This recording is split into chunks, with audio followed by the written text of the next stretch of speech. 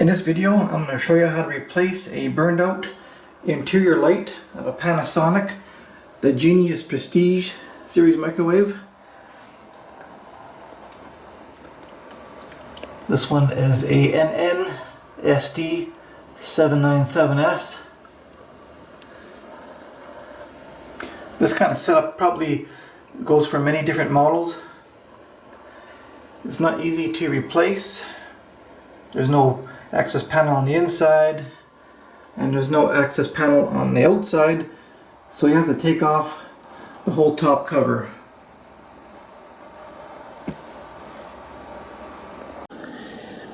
In order to get the cover off, there's a Phillips screw on the side here near the bottom,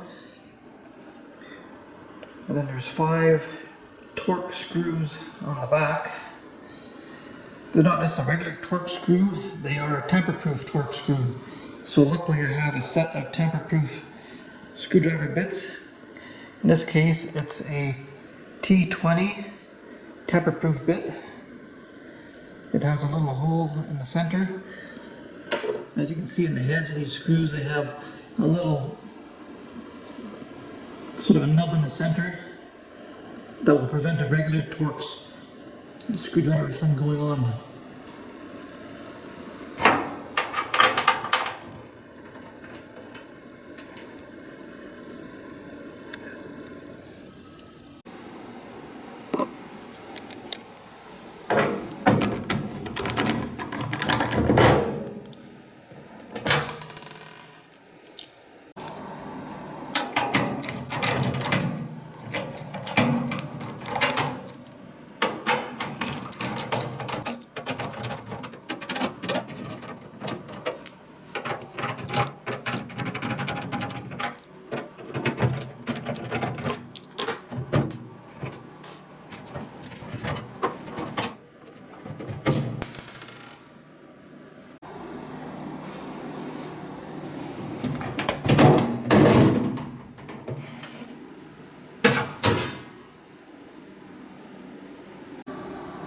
Now with the cover off, avoid touching any of the electronic components, especially something like this magnetron here.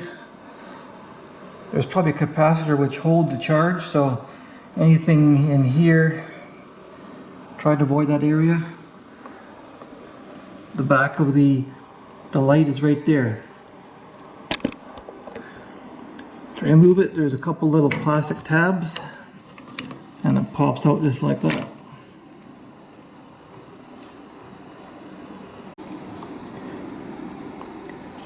The spade terminals that connect to the base of the light have a little locking tab in the middle. These have to be gently pushed up from the back to release them from the spade on the base of the light here. Gently squeeze that little tab on the back and it should release.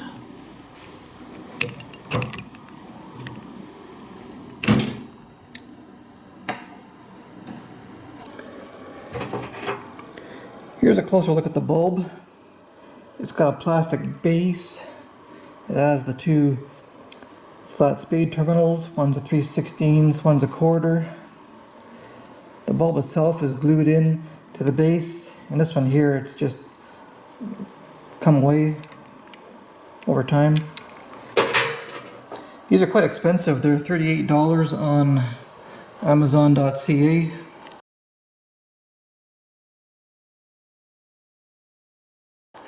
There's actually a base you can buy like this. It has just an intermediate screw-in socket, or you can adapt it to a regular appliance bulb.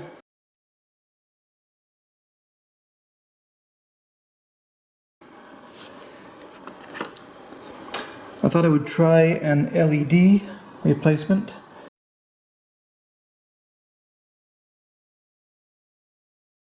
But the terminals are both 3/16s, so it's fine for the one connector here, which is the hot, but this neutral one is loose fitting, this 1/4 inch one. So what I was thinking of doing is making a jumper adapter to go into this and then go into the into the bulb terminal.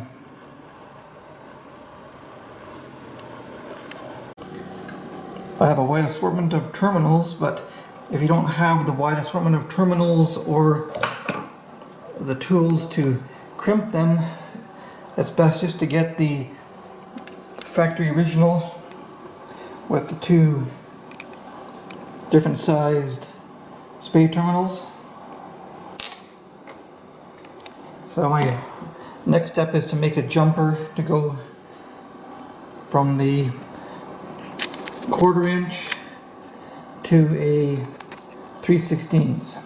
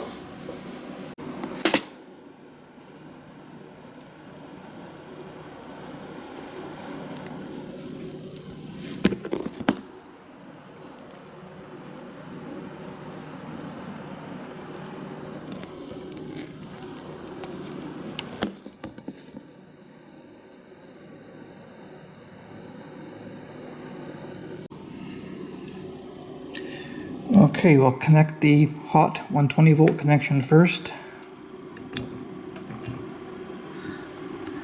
Now I can install my jumper to neutral.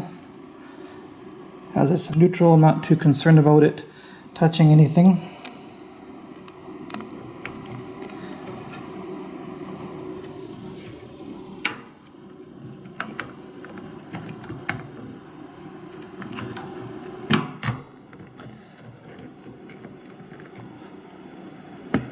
That's all there is to it.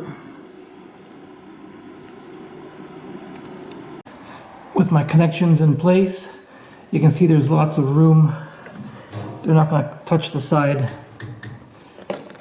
In order to get this cover back on, there's a lip right inside.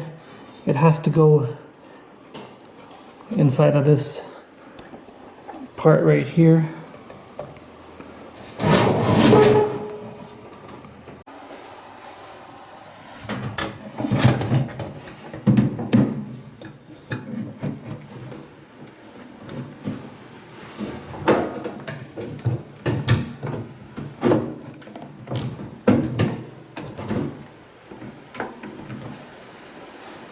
Before I forget, I thought I'd mention that these LEDs came in a 2-pack for about $18 Canadian. They're supposed to last 50,000 hours, so that's better than the incandescent, which is probably good for 1,500 to 2,000 hours.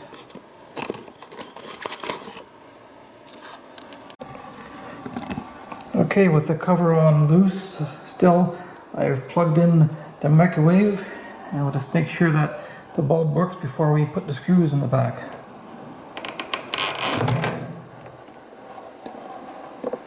There we go.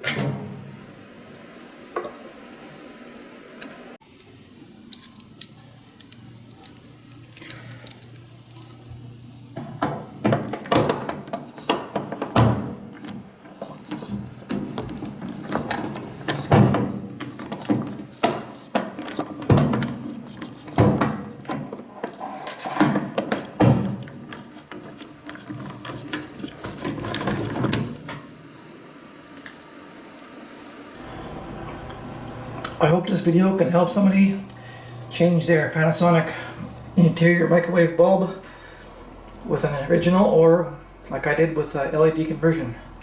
Thanks for watching.